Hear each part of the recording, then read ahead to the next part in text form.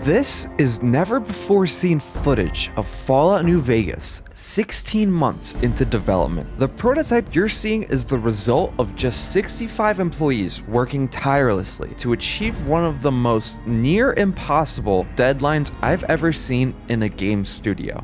Bethesda dictated that New Vegas had to come out exactly 1 year before Skyrim in order to not take away sales, which directly led to Obsidian's 18-month development cycle. And when I say 18-month development cycle, I mean from start to finish, as Obsidian only got their hands on the engine after the release of Fallout 3. This is the intense story of Fallout New Vegas, one that involves one of the most unique ways I've ever seen a studio make a game that is still widely regarded as one of the best RPG ever made.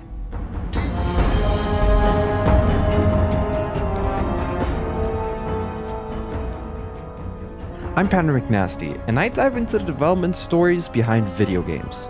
If you enjoy the content this channel offers, I'd appreciate it if you took a moment to hit subscribe.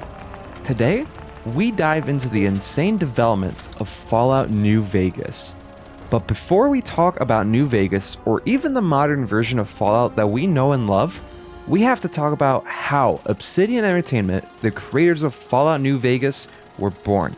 Obsidian Entertainment is much more closely linked to the Fallout series than you might think, which will explain a bit later on how they were able to quickly develop a good Fallout game within 18 months. Back in the late 90s, a company called Interplay Entertainment were the predominant force behind the creation of the Fallout IP. Interplay was a publisher who allowed Black Isle Studios, one of its subsidiaries, to support Timothy Kane, the original sole developer behind the first Fallout game. They are the ones who created the Fallout franchise, and in this incarnation, it was a top-down isometric RPG. Black Isle Studios then produced the sequel, Fallout 2, in 1998. During this time, Fergus Urquhart was the head of Black Isle Studios, overseeing all of the major RPG projects. This time, Fergus produced the sequel, Fallout 2, which is where the new California Republic was introduced as a major established faction that the player directly interacts with. However, Interplay Entertainment, despite these creative successes, was going through massive financial troubles. Exacerbated by commercial failures outside of Black Isle, this fiscal collapse eventually led to the internal decision to shut down Black Isle Studios entirely in late 2003, resulting in the firing of the staff. This mass layoff became a pivotal moment for Obsidian's creation. As they were abruptly shut down, they were actually working on Fallout 3, codenamed Van Buren. This version of Fallout 3 was supposed to continue the isometric top-down style of Fallout. Recognizing the unique chemistry and experience of the Black Isle development veterans, Fergus and 4 other senior leaders and designers, Chris Avalon, Chris Jones, Chris Parker, Darren Monahan, founded Obsidian Entertainment almost immediately after. While Obsidian was finding its footing and beginning to start up a new company, Bethesda Softworks, fresh off the massive success of The Elder Scrolls III Morrowind and Oblivion, saw an opportunity to revitalize the dormant wasteland. In 2004, they struck a licensing deal with the cash-strapped Interplay to develop Fallout 3 and 2 potential sequels. However, as Interplay's financial situation deteriorated further into a complete collapse, Bethesda made their move to own the wasteland entirely. In 2007, Bethesda purchased the full rights to the Fallout franchise for a bargain price of just $5.75 million. This purchase marked the official death of Interplay and Black Isle Studios' era and gave Bethesda absolute control over the IP's future. Armed with the rights to Fallout now, Bethesda Game Studios, led by our boy Todd Howard, set out to reinvent the franchise. They took the turn-based isometric roots of the West Coast games and transplanted them into a first-person, open-world format powered by their Gamebryo engine.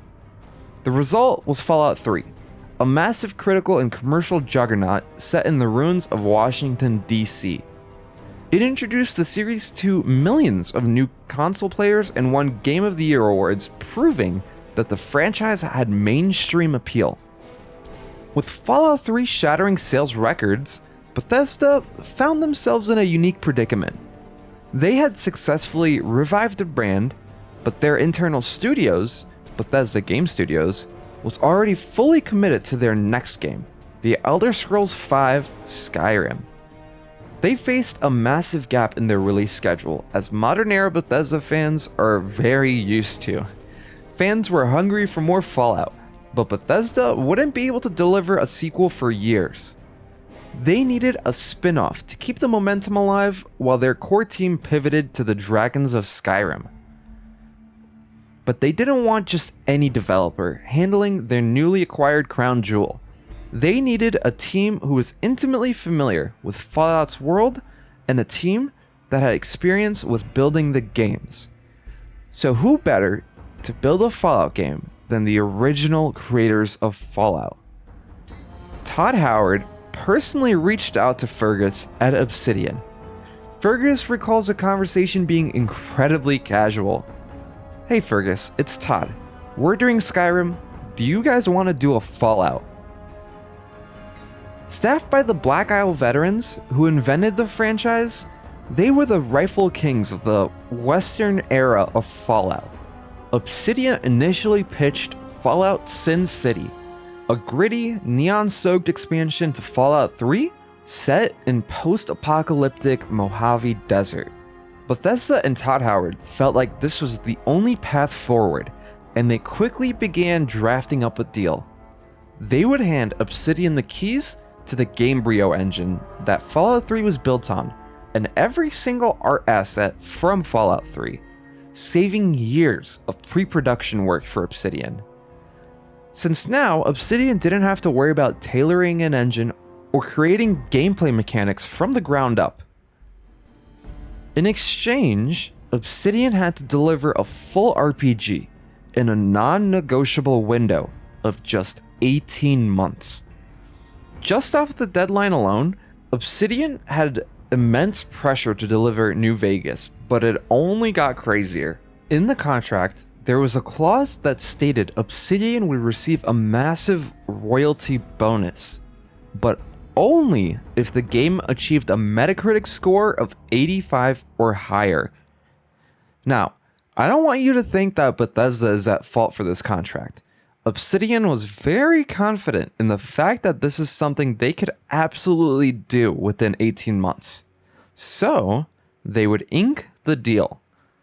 Now, Obsidian had to deliver their first ever 3D Fallout title, ensure the game was good enough to achieve a score of 85 or higher, and they had to do it within 18 months. The clock started immediately after Obsidian got their hands on Bethesda's engine and Fallout 3 assets in April of 2009.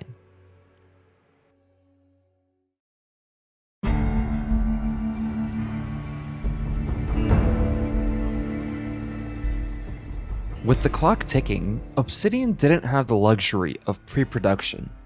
Usually, a studio spends years building tools, designing art styles, and coding physics before they even write a single quest. Obsidian skipped all of that. They adopted what would be called the toy box approach. Since Bethesda handed over the source code and assets for Fallout 3, Obsidian effectively opened a box full of pre-made toys. A desk in the Capital Wasteland became a desk in the Mojave. A texture for a rock in DC became a rock in the Mojave Desert. If you look closely, you can see that a vast majority of New Vegas is visually identical to Fallout 3 on a technical level. It allowed the level designers to start building the world on day one. Because the heavy lifting of the engine creation was removed, the development focus shifted aggressively towards what Obsidian and Black Isle Studios before them did best: writing. While the level designers were remixing Bethesda's art assets, in the summer of 2009, creative lead John Gonzalez and veteran writer Chris Avellone went after the narratives within the game to write the backstory of the tribes and the factions. This is when the script balloons past Fallout 3's size. They conceived the complexity of Caesar's Legion and the NCR bureaucracy during this window. They wanted to build a sociological web. This resulted in a script that was exponentially larger than Fallout 3. To put it into perspective, Fallout 3 had roughly 40,000 lines of dialogue. New Vegas, developed in just a fraction of the time, launched with 65,000 lines of dialogue, holding the Guinness World Record for the most lines of dialogue in a single-player action RPG at the time.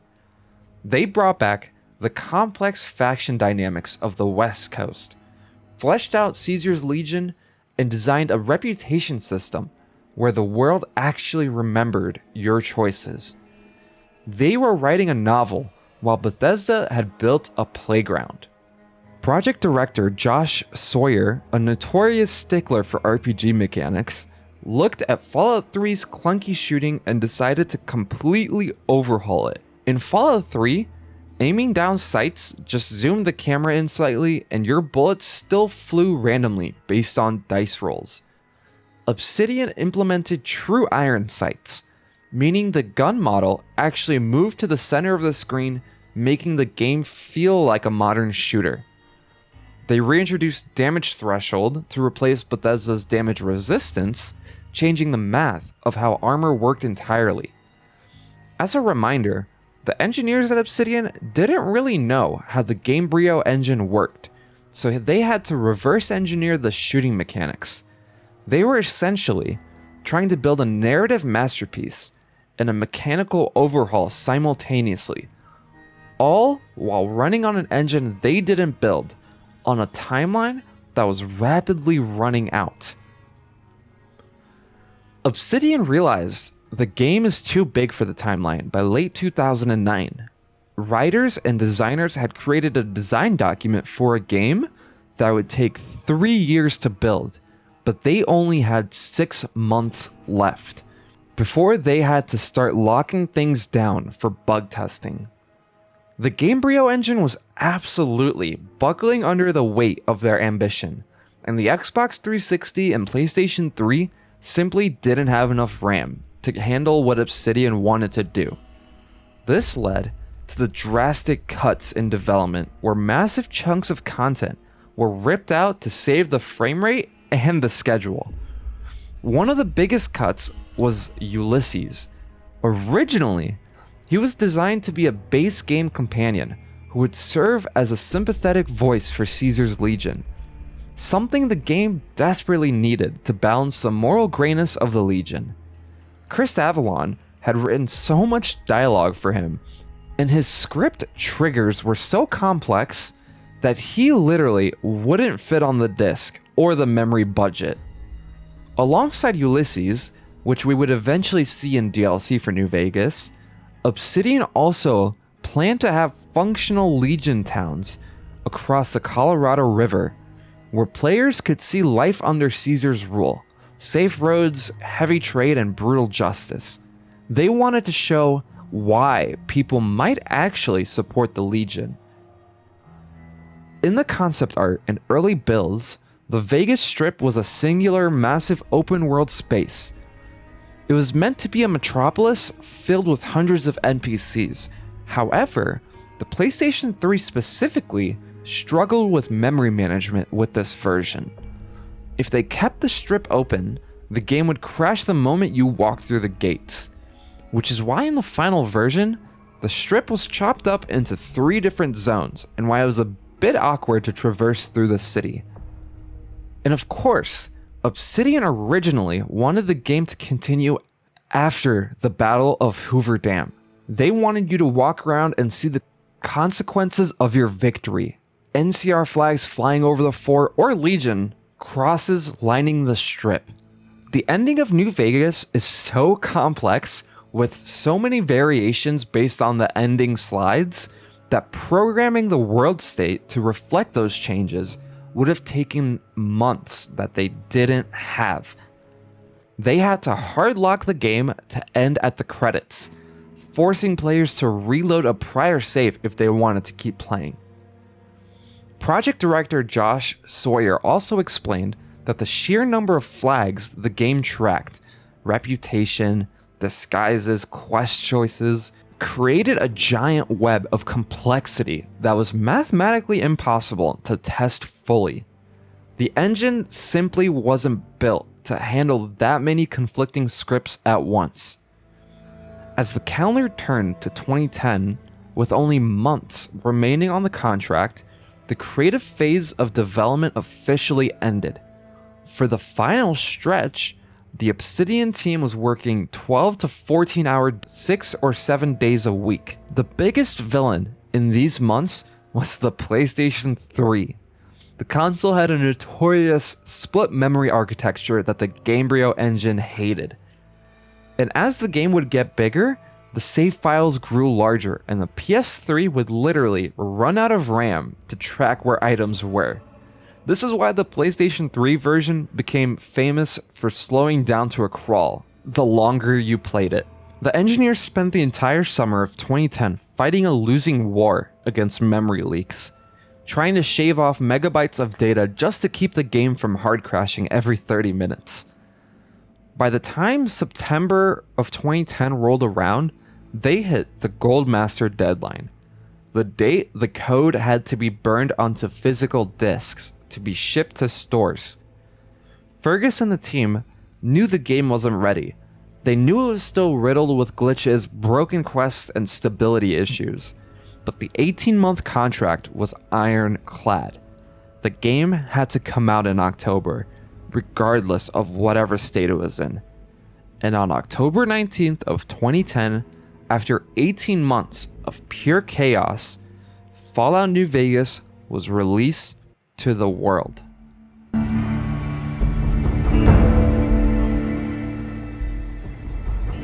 A lot of the time, when we think of bugs in video games, we think of weird clipping or NPCs walking around strange. These type of bugs would be annoying, but not deal breakers. If New Vegas launched with just these type of bugs, it would be fine. But that's not what happened. New Vegas was barely functional at launch. Major review outlets like IGN and Giant Bomb reported game-breaking problems. Reviewers were losing hours of progress. Players would sink 40 or 50 hours into the game and then their saves would become corrupted. On the PS3, the situation was even worse. Reviews from the time noted that as your save file grew in size, the frame rate would degrade mathematically. You would start at a smooth 30 frames per second, but by the time you reach the strip, the game would chug along at an almost unplayable slideshow of 5 to 10 frames per second until the console eventually froze entirely. GameSpot's review noted that companions would simply vanish into the floor geometry, taking all the valuable gear you gave them into the void, never to be seen again. Joystick reported enemies spawning inside of rocks, shooting you while remaining invincible. All of these issues are just scratching the surface. The game was actually unplayable on launch. But for those who did somehow manage to complete the game, it was undeniably one of the best RPGs of all time. Everything that Obsidian had worked tirelessly for 18 months culminated in what the reviews for the game looked like. As a reminder, they needed an 85 aggregate score. It was the difference between a massive royalty payout that would secure the studio's future or getting paid nothing beyond their initial fee. As the major final reviews settled, the aggregate score locked in. It was an 84. They missed the bonus by a single point. Fergus Earhart had since spoken about the devastation of that moment. The contract was black and white. There was no rounding up. Because of the bugs caused by the engine they didn't build, the timeline they didn't choose, and the QA support they relied on, the game was penalized just enough to miss the threshold, and the consequences were brutal. Make no mistake, this is an outrageously buggy game with major technical problems across the board. Without the royalty bonus, Obsidian faced a severe cash flow crisis. Despite shipping a game that sold millions of copies and would eventually be regarded as a cult classic, the studio had to lay off roughly 30 people, nearly a quarter of their staff at the time. The very people who had crunched for 18 months to pull off the impossible were let go because of a single number on a review site. But the gaming industry is a small world, and eventually, it circles back on itself. In 2018, Obsidian was acquired by Microsoft. Then, in 2020, Microsoft acquired ZeniMax Media, the parent company of Bethesda. This created a scenario that was impossible a decade ago. Obsidian, the creators of New Vegas, In Exile, led by Interplay founder Brian Fargo, and Bethesda, the owners of the IP, were all suddenly living under the same roof again. The band was effectively back together, just wearing Xbox badges. In 2024, New Vegas had a massive resurgence with the release of the Fallout TV show. If New Vegas and Obsidian didn't have Microsoft's attention back then, I can almost guarantee you that it certainly is of top of mind for Microsoft now. In fact, just a day after writing this script, Tim Kaine, the original creator of Fallout, has joined Obsidian Entertainment full-time. Now, I don't want to huff on hopium, but let's look at the facts. Microsoft currently owns the engine, they own the IP, they own the studio that made the fan-favorite entry in the series, and now they employ the literal father of the franchise at that very same studio. For the first time since October of 2010, the barriers are now gone. The team is assembled, and if Microsoft is smart, they know exactly what move to make next. In the end, Fallout New Vegas stands as a testament to one of the most chaotic triumphs in gaming history. It's a game that was built on an engine that hated it for a console that couldn't run it, by a team that was running out of time before they even started. It was a project defined by its constraints, but maybe that's exactly why it works. Because they couldn't rely on spectacle or polish, Obsidian had to rely on world building. They built a world that didn't just let you play in it, it let you live in it. They respected the player enough to let us fail, to let us kill essential NPCs, and to let us shape the future of the Mojave. The tragedy of the game's 84 Metacritic score and the layoffs that followed will always be a scar on the game's history. It's a brutal reminder of how the industry can chew up the very people who make it great. But look at where we are today. 15 years later, Fallout 3 is remembered fondly, but New Vegas is studied religiously. It survived the bugs, it survived the bad reviews, and it survived the test of time. Benny might have told us that the game was rigged from the start, but looking at the legacy of New Vegas today, I'd say Obsidian still managed to break the bank. But what do you guys think? With Tim Kaine back at Obsidian and the Microsoft acquisition complete, do you think a New Vegas 2 is actually inevitable, or are we just setting ourselves up for another heartbreak? Let me know what you think down in the comment section below. And if you enjoyed this deep dive into the development of Fallout New Vegas, make sure to hit that like button. It helps the channel more than you know. And if you want to see more videos on the insane history of game development, hit subscribe. And with that, thank you for watching, and I'll see you in the next episode.